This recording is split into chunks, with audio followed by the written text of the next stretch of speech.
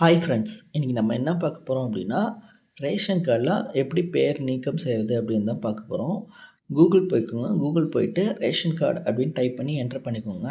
Enter பண்ணிங்கன்னா இது மாதிரி தான் ஹோம் பேஜ் ஓப்பன் ஆகும். இதில் ஃபஸ்ட்டு லிங்க் டிஎன்பிடிஎஸ் அப்படின்னு இருக்கும். அதை கிளிக் பண்ணிக்கோங்க. இது மாதிரி பேஜ் ஓப்பன் ஆகும். இந்த லிங்க்கை நான் டிஸ்கிரிப்ஷன்லேயும் கொடுக்குறேன். நீங்கள் டேரெக்டாக போய்க்கோங்க.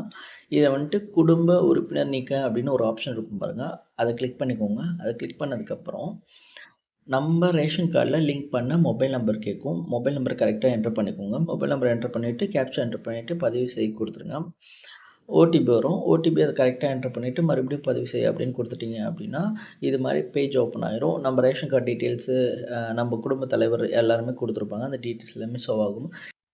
கீழே பார்த்தீங்க அப்படின்னா குடும்ப உறுப்பினர்கள் நீக்க அப்படின்னு ஒரு ஆப்ஷன்னா கீழே வந்துட்டு இறப்புச் சான்றிதழ், திருமணச் சான்றிதழ், இதர சான்றிதழ் அப்படின்லாம் கேட்டிருப்பாங்க. இப்போ மேரேஜ் ஆயிடுச்சு. இப்போ என் பொண்ணுக்கு மேரேஜ் ஆயிடுச்சு. அவங்க வந்துட்டு வேறு குடும்பத்துக்கு போயிட்டாங்க. அவங்க நேமை நீக்கணும் அப்படின்னா அவங்களோட மேரேஜ் சர்டிஃபிகேட் ப்ளஸ் ஆதார் கார்டை வச்சு பிடிஎஃப் கன்வெர்ட் பண்ணி கம்ப்ரஸ் பண்ணி வச்சுக்கோங்க.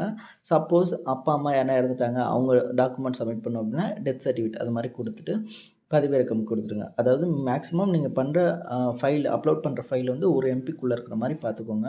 அப்படியே கீழே ஸ்க்ரோல் பண்ணுறதுங்கன்னா நம்ம அட்டையில் இருக்க நேம் எல்லாமே ஷோ ஆகும். இதில் யார் நேமோ கரெக்டாக சூஸ் பண்ணி டிக் பண்ணிவிட்டு பதிவு செய்யுங்க அப்படின்னு கொடுத்துட்டீங்க அப்படின்னா அவ்வளோதான் ஃப்ரெண்ட்ஸ், ப்ராசஸ் ஆகிடுச்சு. இது மாதிரி நமக்கு ஒரு ரெஃபரன்ஸ் கொடுத்துருவாங்க. இதை காப்பி பண்ணி வச்சுக்கோங்க. காப்பி பண்ணிட்டு வெளியே வந்தீங்கன்னா அட்டை தொடர்பாக சேவை நிலை அறிக அப்படின்னு ஒரு ஆப்ஷன் இருக்கும். அதை கிளிக் பண்ணிக்கோங்க. அதை கிளிக் பண்ணிட்டு நம்ம காப்பி பண்ண நம்பரை பேஸ்ட் பண்ணிவிட்டு பதிவு செய்யுங்க அப்படின்னு ஆப்ஷன் இருக்கும். அதை கொடுத்தீங்க அப்படின்னா